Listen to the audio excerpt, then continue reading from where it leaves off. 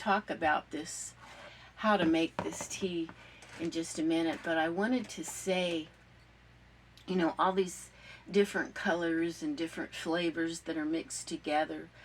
That's like us as God's people. The Bible says that He's going to take His people from every nation from the earth, and every nation and every tongue of the earth. He's going to have His people. His people are everywhere. And boy, it seems like the last few years I've been running into more and more of those wonderful people of God. There's some out there that have given their lives, laid down their lives. I think of those 5 missionaries back in the 1950s down in South America that gave their life for those natives, and Jim Elliot and Pete and all of those. And then there's people that have given their whole lives living it for the Lord. And then there's those of us that on and off have, and maybe have had periods of times where it seems like we just got so distracted that we didn't really do what we should have been doing. But God in His grace and His love, He's led us on, and perhaps there's ways that we can still serve Him, and we just keep on keeping on. And no matter what the circumstance, whether Satan has set his emissaries to distract us or to trip us up, or like Peter, who denied the Lord 3 times, and Peter was a great follower of Jesus Christ, and Jesus after that told him, Peter, he said, feed my lambs, feed my church, feed my people. And there's just so many stories of God's great people from every walk of life. There's no racism in God's kingdom. And that's really cool. That's just a wonderful thing. And being a real Christian is a wonderful thing. Okay, let's go on, and I'm going to tell you about making this tea. And I hope as you make this tea, you'll think about that. Are you a part of the tea blend of the Lord? Of the people blend of the Lord, I guess I should say. Anyway, here we go. Welcome to Gail's Garden, Herbs and More. I wanted to talk a little bit, just for a minute or two, about mixed teas. And they're really fun to play with. Using a lot of your herbs and stuff. You can use your freshest ones that you've just dried, or go through older ones that I'll be talking about. So this pretty herb mixed tea, let's see how to make it, and maybe I can give you some ideas as well. Come on along. Look how pretty that is with the rose petals. That's in the bowl, and then you can see it here too in the jar. Isn't that pretty? Really, really pretty.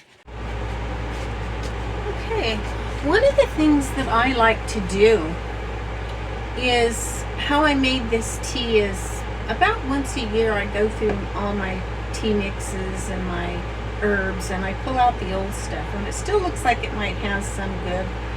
I'll bring all the jars out here and I'll put them on the table. Like I had some of my old strawberry leaves in here. I had a few of those. I crumpled those up and put them in the bowl.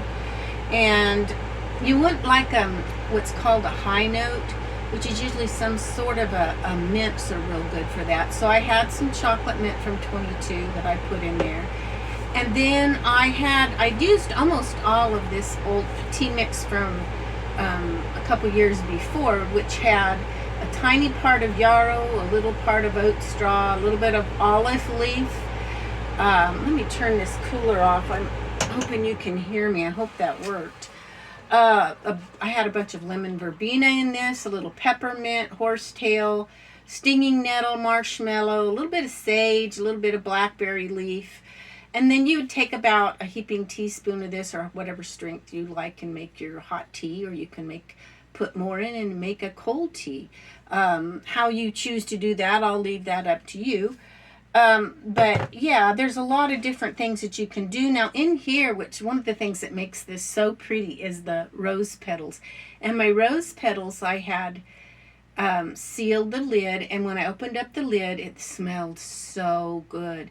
And it brightens it, makes it so pretty. And yeah, and then I had some mixed basils, which had some dark purple basil in it from a couple years ago. And the purple and the pink looked really pretty in the mix. So I found that basil and rose petals seem to go together really well for teas. And so I mixed that. I had a little bit of self-dried self-heal that I put in here. You can put a lot of different stuff in. And then you can just make whatever, drink it like this, or with your, mix it with some black tea and have a wonderful tea to drink. And you want to mix it in a bowl so that you have room to mix all the leaves and stuff together, and then put it in your jar and label it. And that's all you have to do. So you can experiment with some of them. You use up some of your older herbs. And it's just, usually it makes wonderful teas. I put a little bit of stevia in it. I don't like store-bought stevia, but my own homegrown leaves I like. Even when I made the like a stevia extract, I didn't even care for that. But just the tea leaves, like all the other, the stevia leaves, like all the other tea leaves, I put a little bit. I don't want to put a whole lot and then get that kind of a, I don't know, it's a different flavor. But a little bit will kind of mellow out your mix. And stevia is actually, the leaves are actually really good for you too. So just an idea for you that you might want to do. Here's some of my roses that I picked that are fresh, and an echinacea flower. But roses are not only beautiful, they make a wonderful tea.